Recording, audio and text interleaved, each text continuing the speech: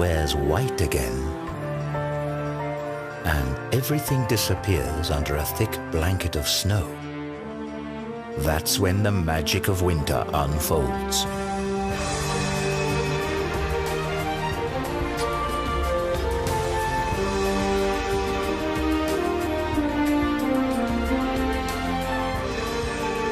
As in every year, nature shows us a world of wonders.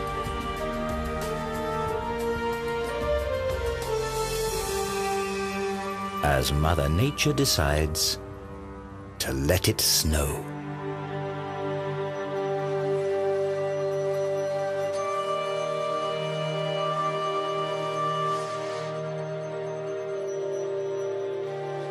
Snow crystals are natural works of art, as fragile as they are ephemeral. Each crystal is unique, and yet all develop in accordance with the same six-fold symmetry.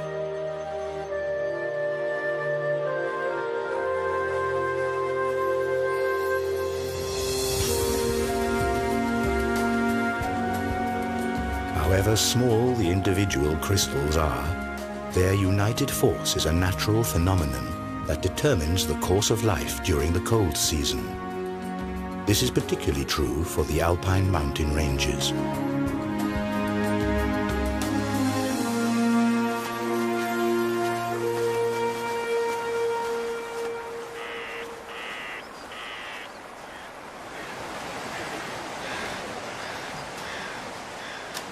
It's December, and about time to look for a proper Christmas tree.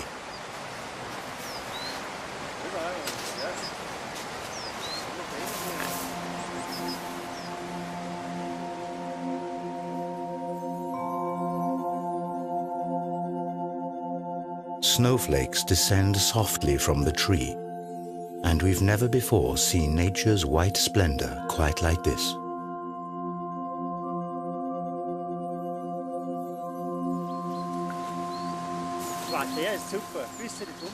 This tree is exactly right. It's the perfect choice.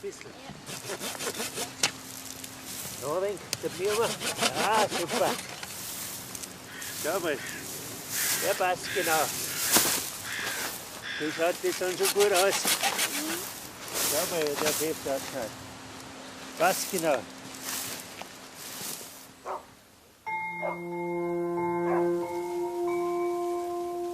The landscape is deeply covered in snow, and here, in the Austrian mountains, it looks as though it's going to be a white Christmas again.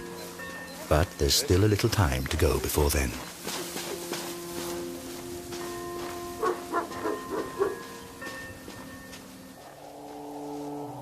The wild animals sense that the weather is about to change.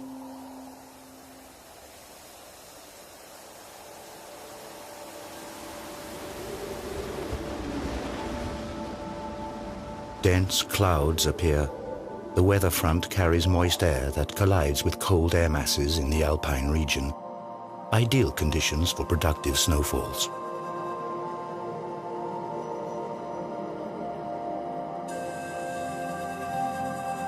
When it is barely below freezing, the first snow crystals begin to form inside the clouds.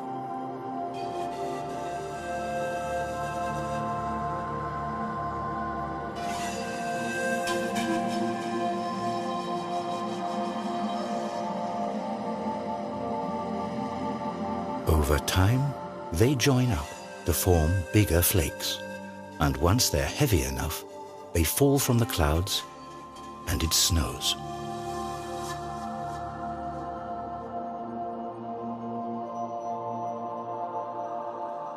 Each of Mother Hulda's works of art is unique. No two snowflakes are exactly alike. Unlike raindrops or hailstones, snowflakes fall gently from the sky.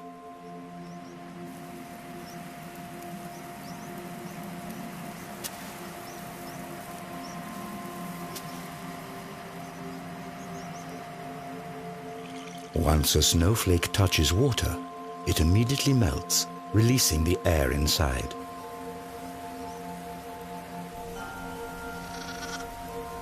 This creates a high-pitched sound that is unique to each flake and inaudible to the human ear without the assistance of technology.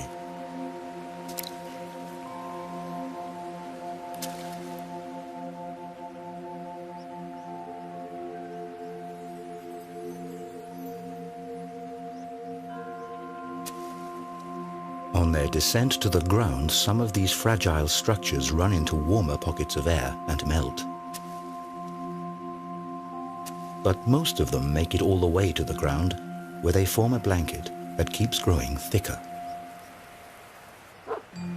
St. Nikolai in the Austrian Sylktal.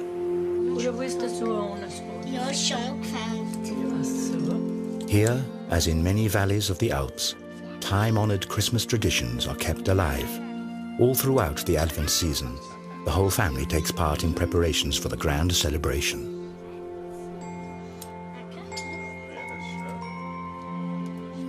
Stars are made from straw, both for the Christmas tree and to decorate the windows.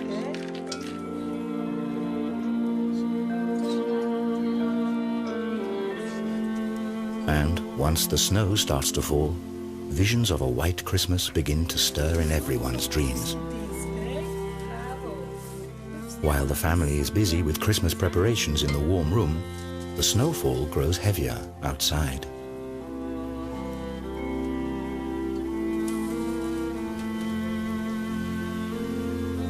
Not many dare to venture out the next morning.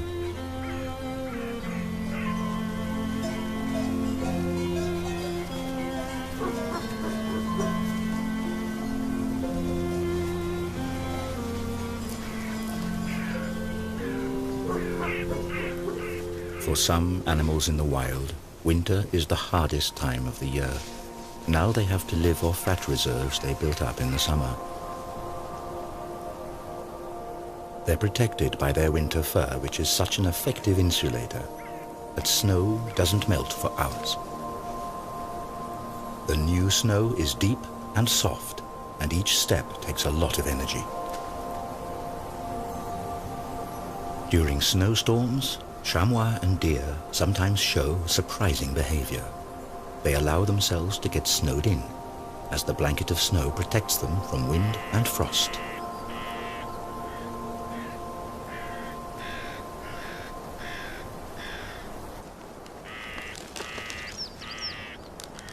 Other animals successfully use this trick too.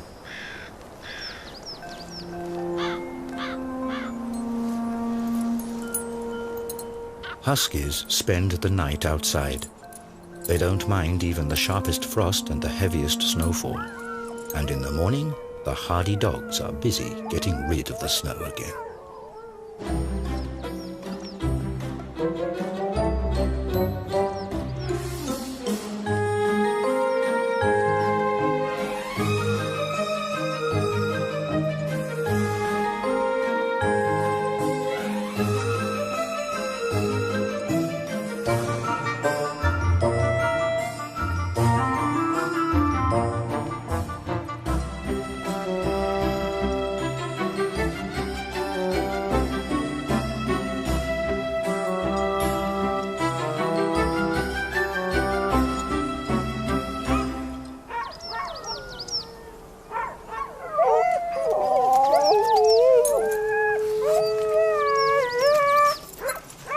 The animals are restless.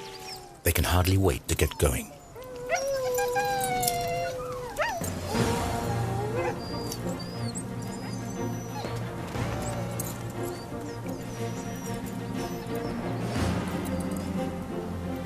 Huskies are originally from Siberia, where they've been used as sleigh dogs for centuries.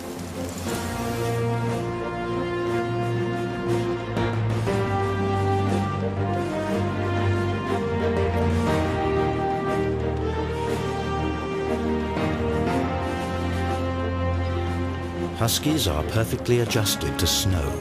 Their paws are padded, and hair between their toes ensures a safe tread.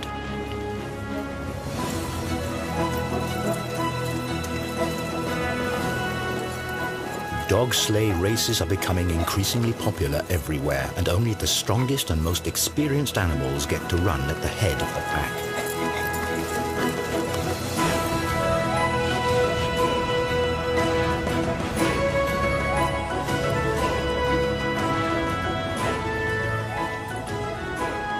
Huskies are totally in their element in the snow.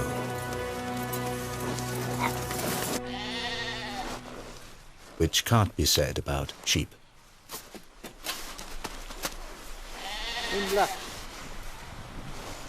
If a herd is surprised by a snowstorm, it usually means heavy shoveling for the shepherds.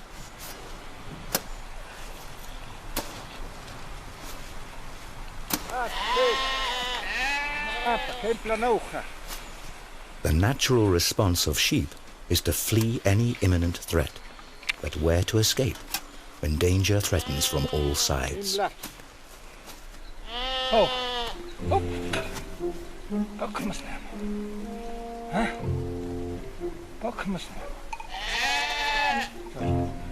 The sheep are noticeably confused.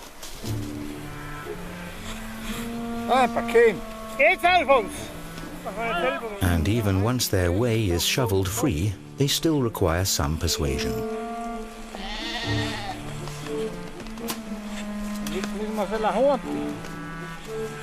Without help, they would freeze to death, as in September 2007, when hundreds of sheep perished in the Austrian Alps.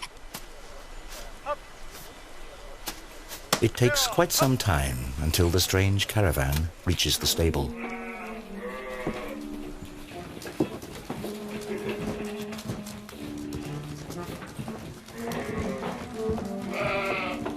Not only is it warm and dry here, but there's plenty also for the sheep to eat, in sharp contrast to the conditions faced by wild animals outside.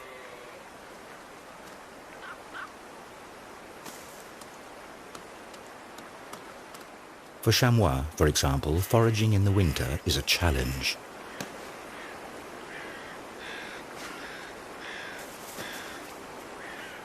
When deep snow covers the plants on the ground, the animals must stretch for the young conifer shoots.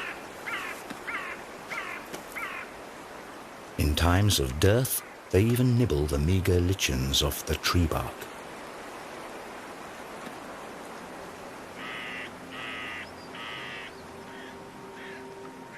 The splendid white snow is already several feet high as the next cold front approaches the Alps, bringing even more.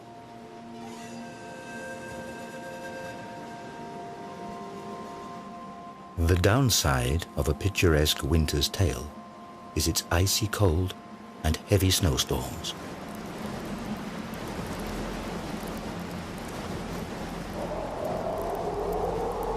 And once a dense snowfall and strong winds combine, things get really uncomfortable.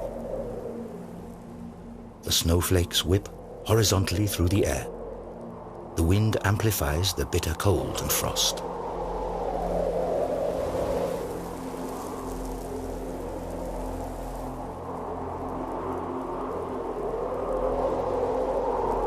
Animals in the wild suffer the most under such extreme weather conditions. Many of them must look for cover now.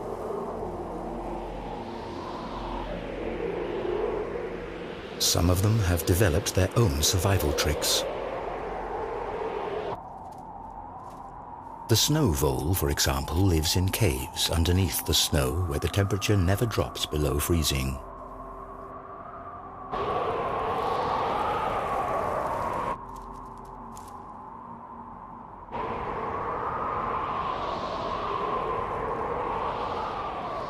If the snow failed to appear and provide its protective layer, many animals and plants would not survive the winter.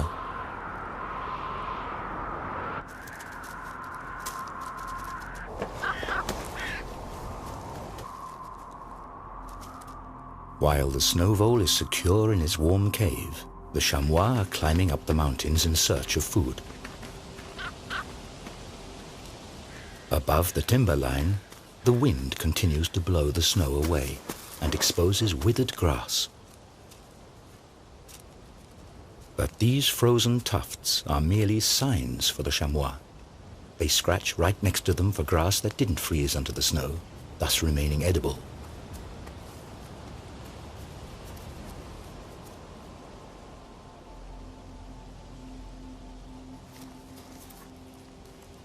During Advent, days are short and nights are long and cold.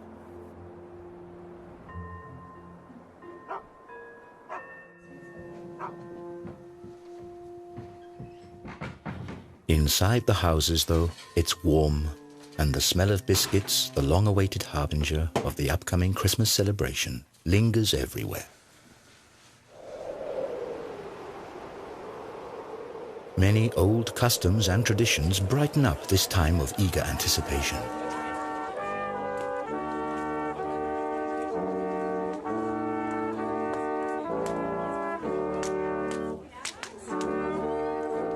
To the sounds of Advent horns, another window of a special house is opened.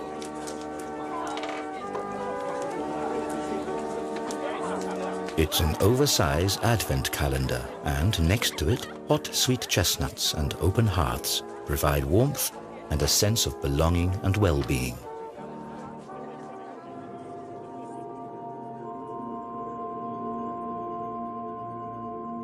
During particularly frosty nights, a fascinating phenomenon occurs. The moisture in the air freezes and turns into hoarfrost.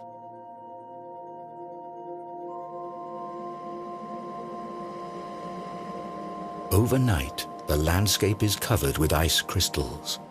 The result is a winter picture book panorama.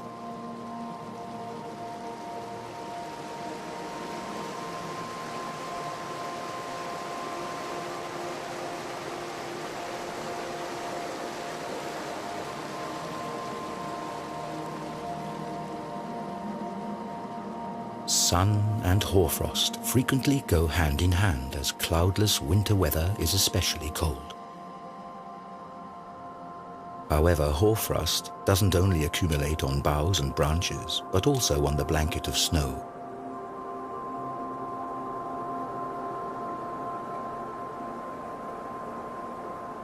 Its crystals differ considerably from the snow below. Hoarfrost is created at about -8 degrees Celsius or lower, and the moisture in the air freezes directly on surfaces.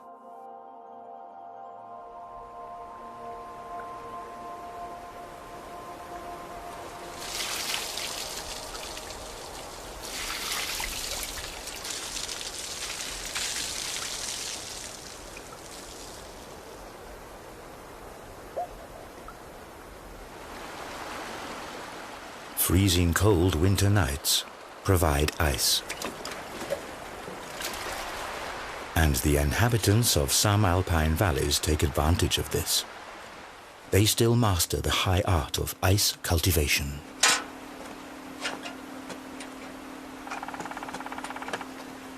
Instead of chopping ice likely to be contaminated with suspended sediment from frozen brooks or lakes, ice farmers repeatedly douse specially designed wood racks with water.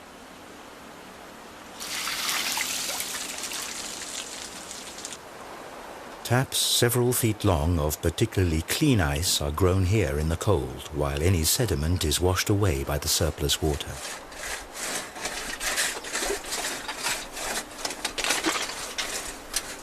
Finally, the ice is sawn into pieces.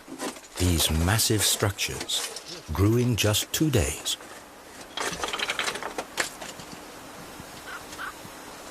In order not to break up the highly sought-after ice scraps any further, they have to be carefully harvested and stowed.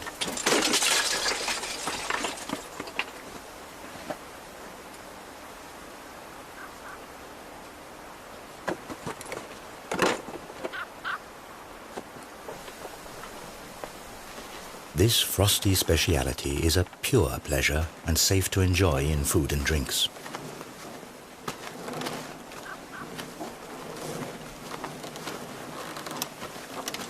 In former times, people were dependent on the cold of winter if they wanted to freeze water.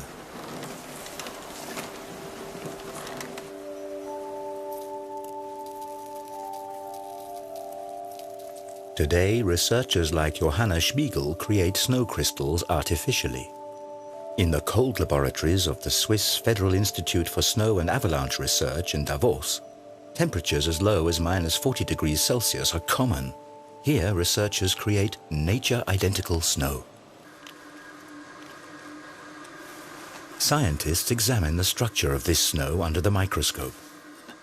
An atlas of snow crystals records about 6,000 different crystal forms. Humidity, temperature, and the water's molecular structure are crucial data points. Electrostatic fields align the water molecules hexagonally, and this basic structure holds steady as the water slowly freezes and the snow crystal gradually grows until it's finished.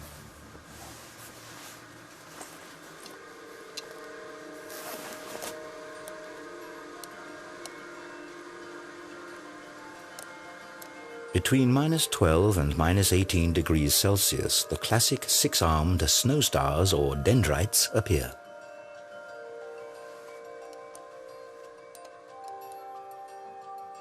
It's the temperature that determines how finely branched they become.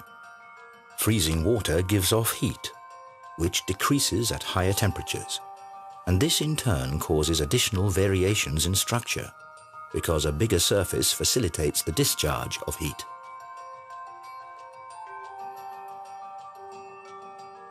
Consequently, dendrites turn out to be distinctly less branched when they're created at lower temperatures.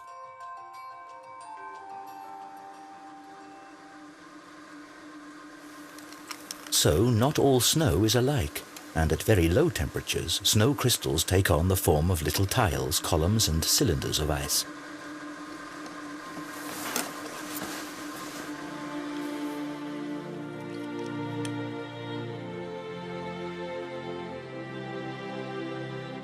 But what is somewhat inconspicuous under the microscope is actually every winter athlete's dream and the height of winter fun. Fine powder snow.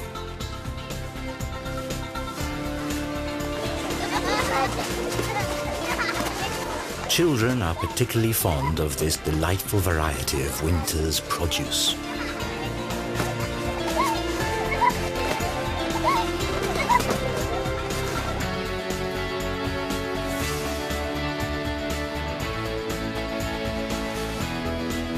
Fresh powder snow is an attraction for skiers and snowboarders too.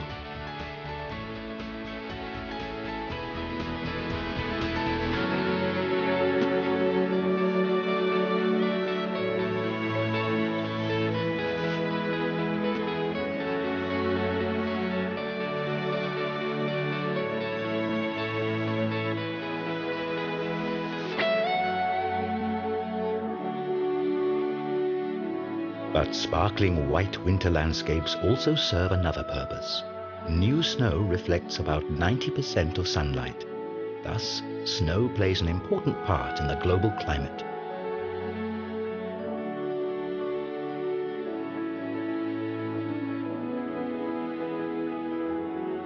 But why is snow actually white? The ice of the snow crystals is colorless and transparent. At the border surfaces between ice crystals and air, the white sunlight is reflected and scattered.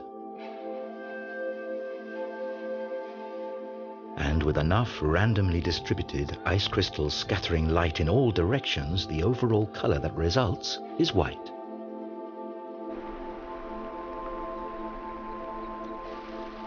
When snow covers the landscape, some animals prove to be particularly adaptable to the changed conditions.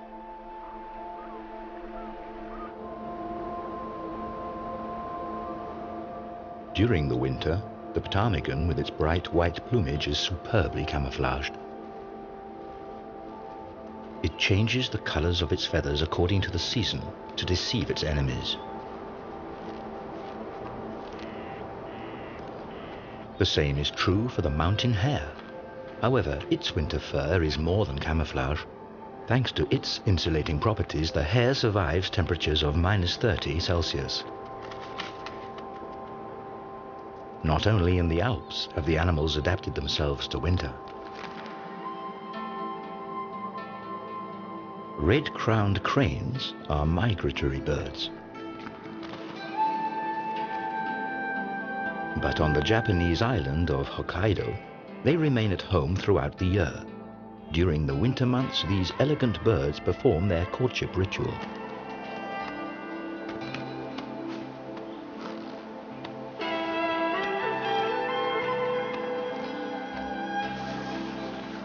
Hokkaido is also an El Dorado for winter athletes and snow researchers.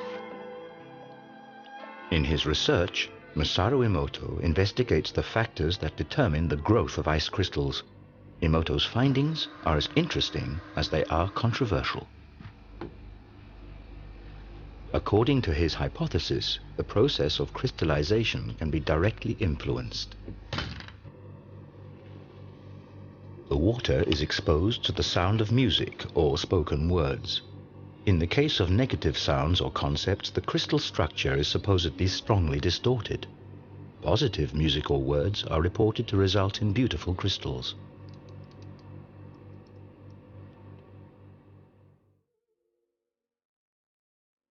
Classical opera seems to promote crystals of superb form.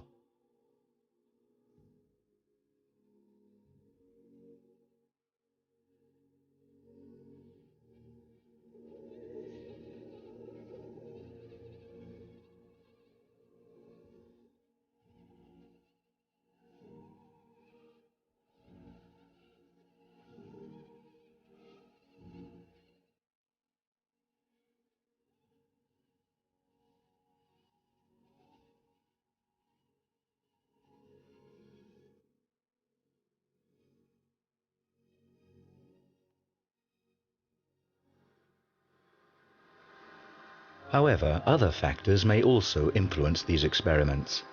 Ice crystals grow following a chaotic principle. Even the smallest influences change their shapes. Maybe it's simply the rhythmic sound waves of the angry music that disturb the development of their fragile structures.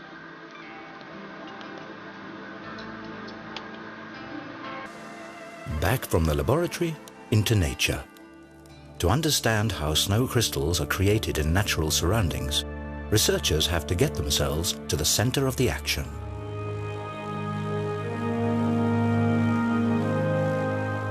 On board a hail defense aeroplane, the Austrian meteorologist Alexander Podesser flies straight into the heart of a snow cloud. Gauges measure temperature, humidity, and wind speed.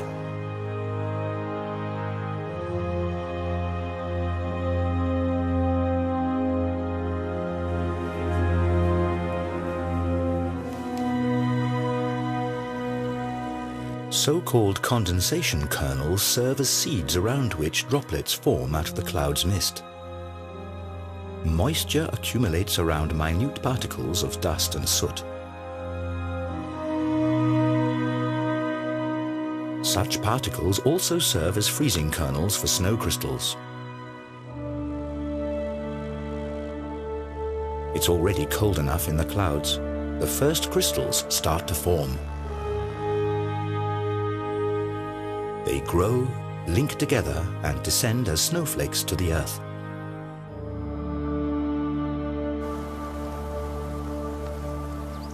Here, this white splendor arrives just in time for Christmas.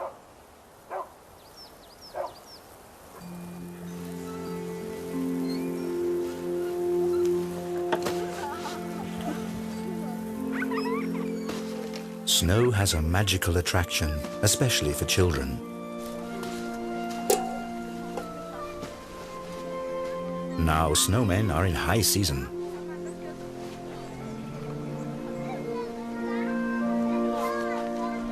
This tradition isn't all that old.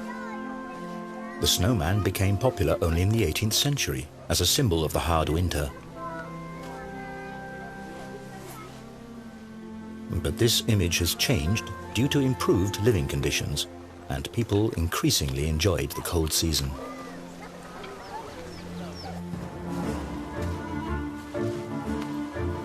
In the mountains, however, the snow can prove to be a danger for humans and animals alike.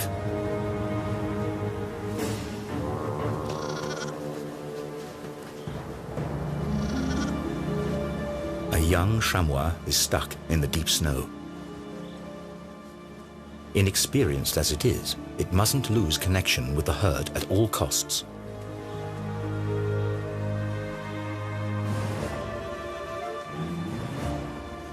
But the young animal sinks deep into the snow and falls further and further behind.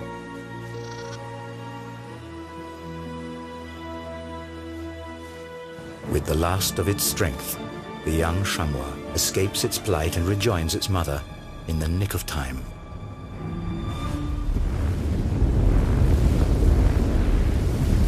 A devastating avalanche thunders down into the valley.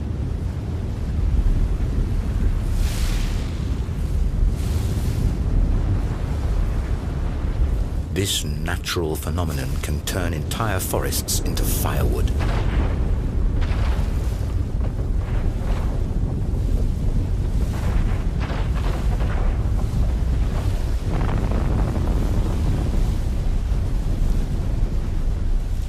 Avalanches are winter's greatest danger in the Alps.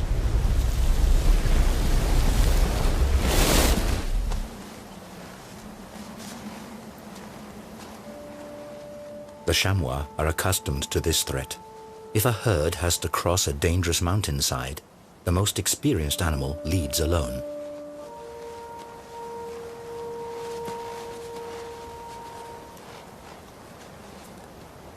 Carefully, the chamois explores the situation and looks for a safe passage.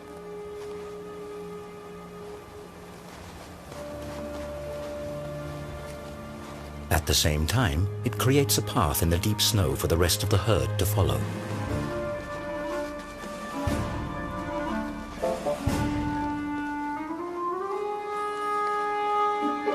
But the remaining animals proceed only after the leader has safely reached the other side. The chamois show even more remarkable behavior on this occasion.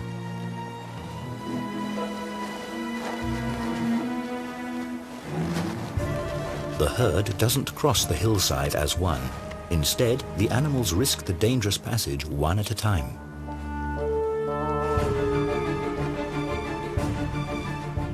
By doing so, the chamois instinctively reduce the strain on the snow cover and thus the risk of the entire herd being swept away by an avalanche.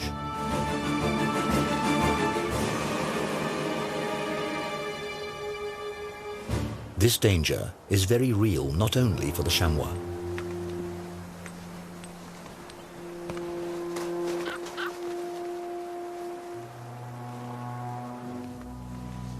Ski tours are a fascinating way to enjoy the white splendor off the beaten track.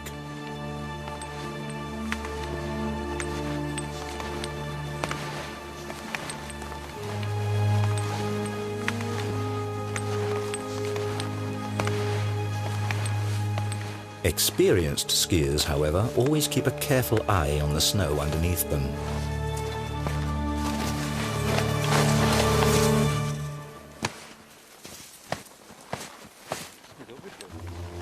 All too easily, a snow shelf can break off and drag a careless skier deep beneath the snow.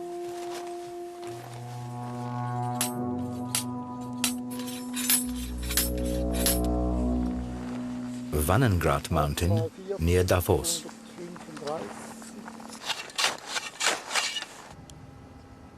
Here, researchers from the Swiss Federal Institute for Snow and Avalanche Research study the causes of avalanches. In this testing ground, profiles of the snow cover are created. 126, 2 Zentimeter. Jörg Schweitzer examines everything, from the lowest layer of granulated old snow to the fine flakes of the most recent snowfall. 20 kleine Runde in Klammern, halb bis 1. The quality of snow changes constantly, and this results in the formation of distinct layers that can, in extreme cases, turn into dangerous slides.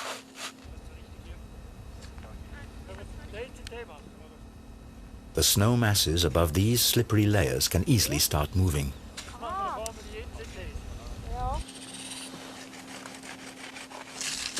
The researchers cut out a block of snow to test its stability.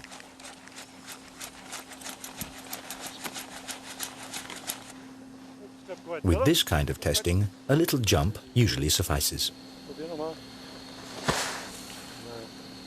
Where the snow shears, the border layer is analyzed in meticulous detail. The data is sent to avalanche warning services. But today, nothing gets in the way of enjoying the deep powder snow.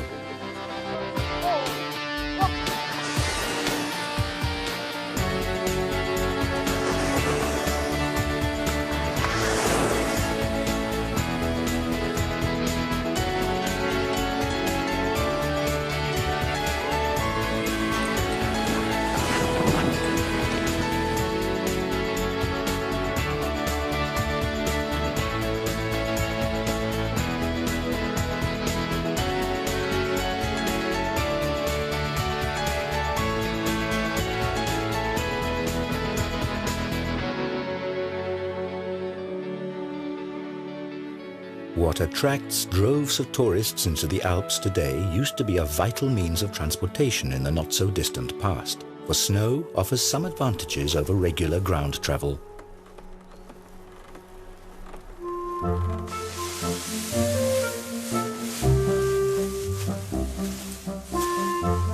Last summer's hay is stored in small barns high up on the alpine pastures.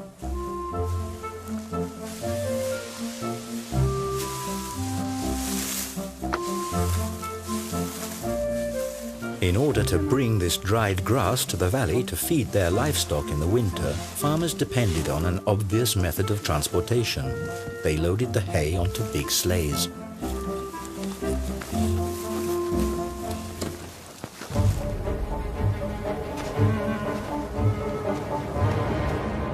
Occasionally, going down the mountains is risky even for the Alps' master climbers.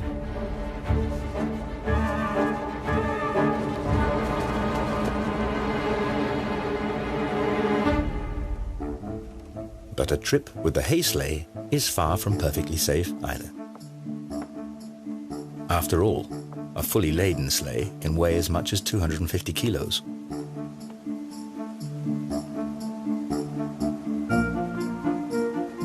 Across level stretches, they have to be towed to keep them from losing momentum.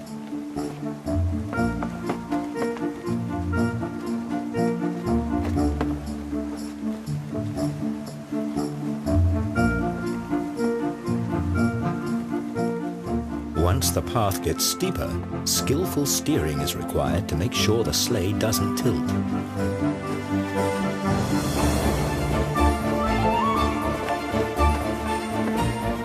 Few are masters of this art today.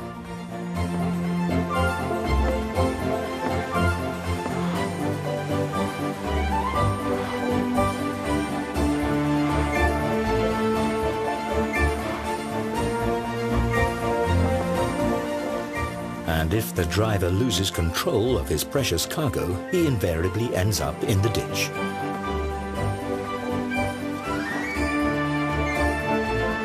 This method of bringing in the hay requires careful attention and great skill, and in former times, serious accidents were common occurrences.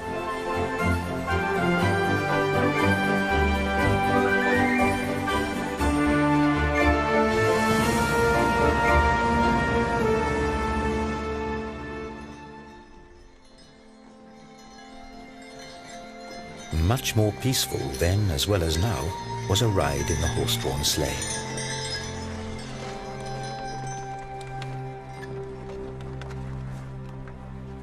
In the evening twilight, when the snowy landscape gradually sinks into darkness, it is time for the coachman to light his lanterns.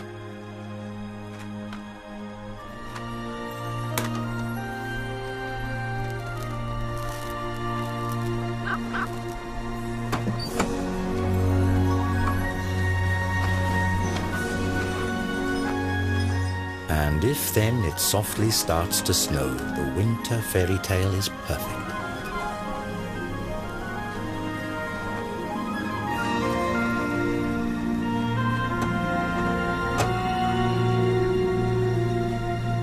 Fluffy snowflakes are dancing in the sky, just like in a movie scene. And indeed, this snow didn't originate in the clouds, but in a studio.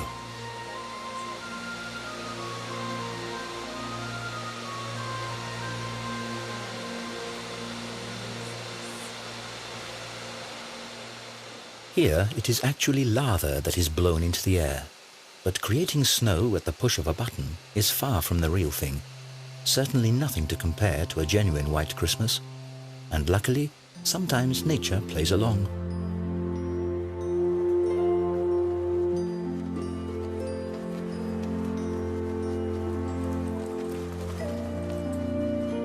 On Christmas Eve, a festive mood prevails in the tranquil village of St. Nikolai. After church, many people come to see the Christmas nativity before returning home.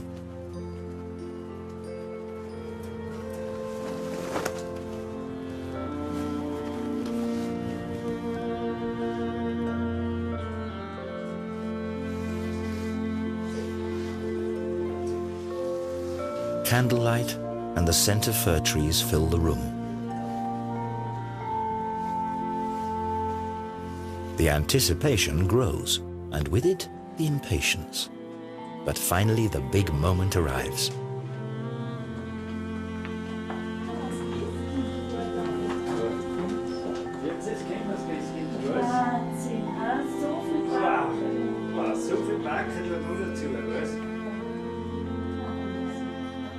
The glow in the children's eyes stirs many an adult's fond memories of merry Christmases past.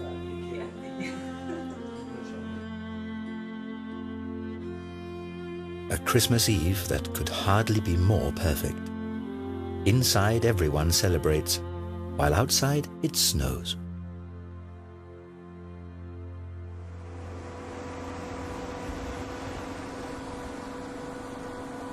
After Christmas, the high season of winter sports begins. And if the snow doesn't make an appearance on its own, it's given a hand. More and more ski areas rely on snow cannons these days. Thus, this critical basis for winter tourism is maintained, even if nature doesn't comply.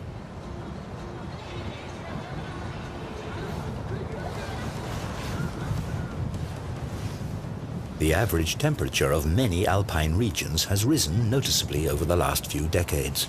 According to the predictions of climate researchers, this trend will only escalate.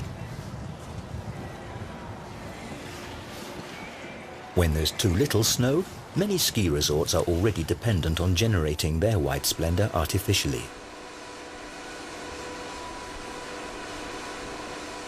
Propeller cannons are spraying finely atomized deep frozen water. But this method of producing snow is also controversial, as it requires a lot of energy and water. What's more, snow from these cannons is harder to ski on. Nature's original remains unequaled.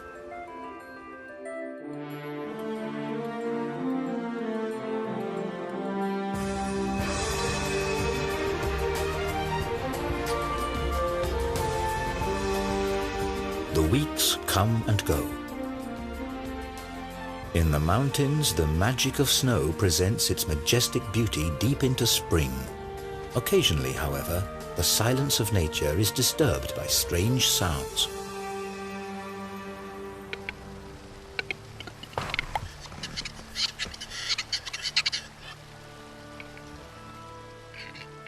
Restless wood grouse are already beginning their courtship rituals in March.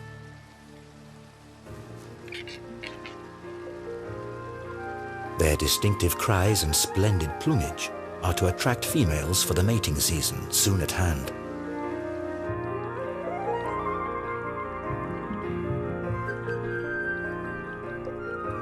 The days grow longer and the power of the sun increases.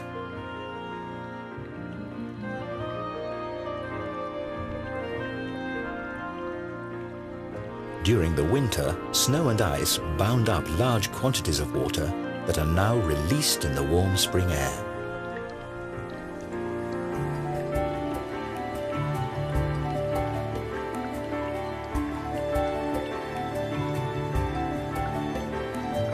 Snow and ice crystals wane.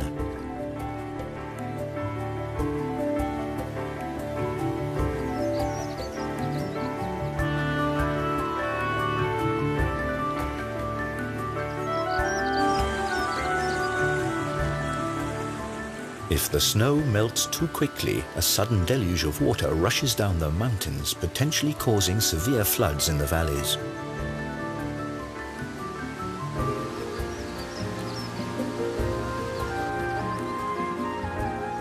On the other hand, in the case of a more gradual thaw, the ground can absorb enough water for early plants.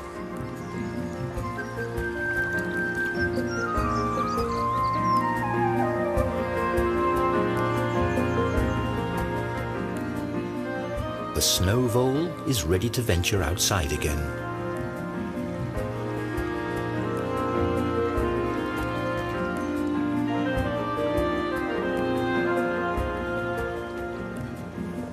And the common frogs feel spring fever too. Their spawning migration takes them back to the place where they hatched themselves.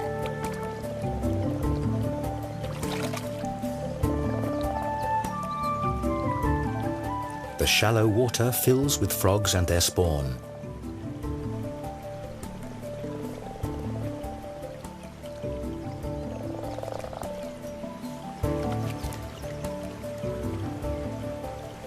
Next year, the frogs will return here again.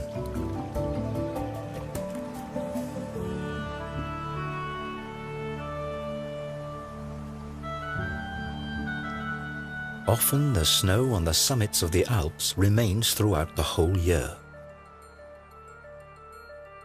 The glacial ice is essentially nothing but condensed snow.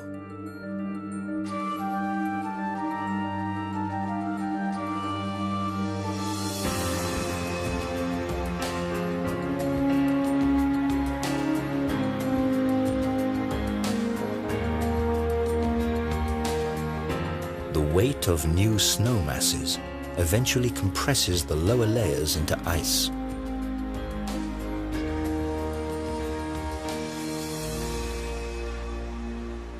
In the context of a broader climate change, this eternal ice may soon be a thing of the past. Due to global warming, the alpine glaciers are declining, like at the Rieserferner in the region of Südtirol.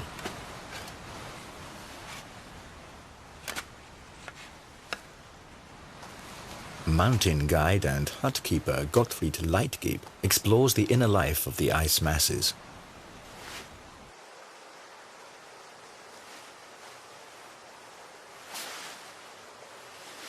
Leitgeb has a wealth of experience to draw upon. Ever since childhood, he studied the glaciers in this region and followed their development.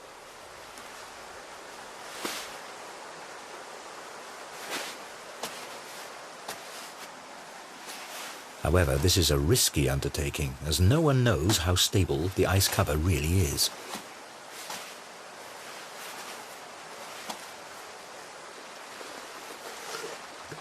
On the other hand, only a local inspection can deliver first-hand information about the glacier's condition and the possible effects of the current global warming.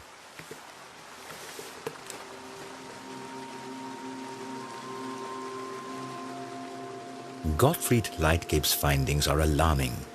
The glacier has been shrinking for years.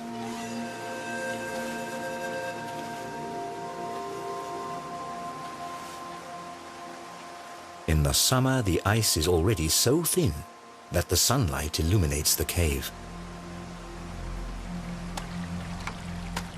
The meltwater forms a little stream below the glacier and surfaces at its tongue.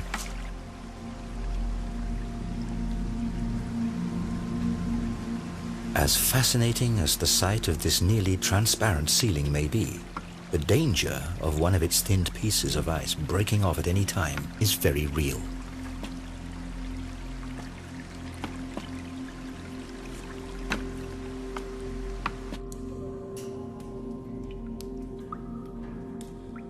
Deeper in the mountains, conditions are quite different. Constant low temperatures and the proper humidity provide for splendid snow crystals throughout the year.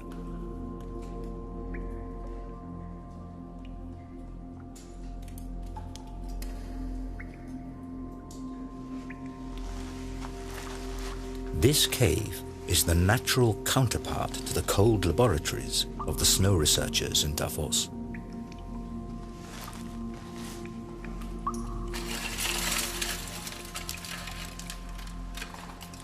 Despite their enormous size, these crystals form in the same way as the snow crystals from the clouds. With time, the body temperature of one human being is enough to cause these works of art to melt. That's why Gottfried Leitgeb rarely comes here.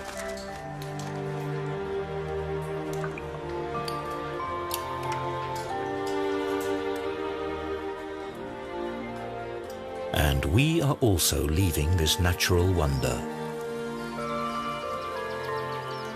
Outside, Jack Frost rises up once more.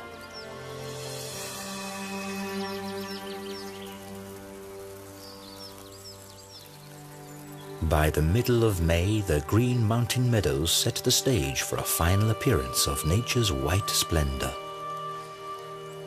And one last time, the snow falls quietly until its return next winter.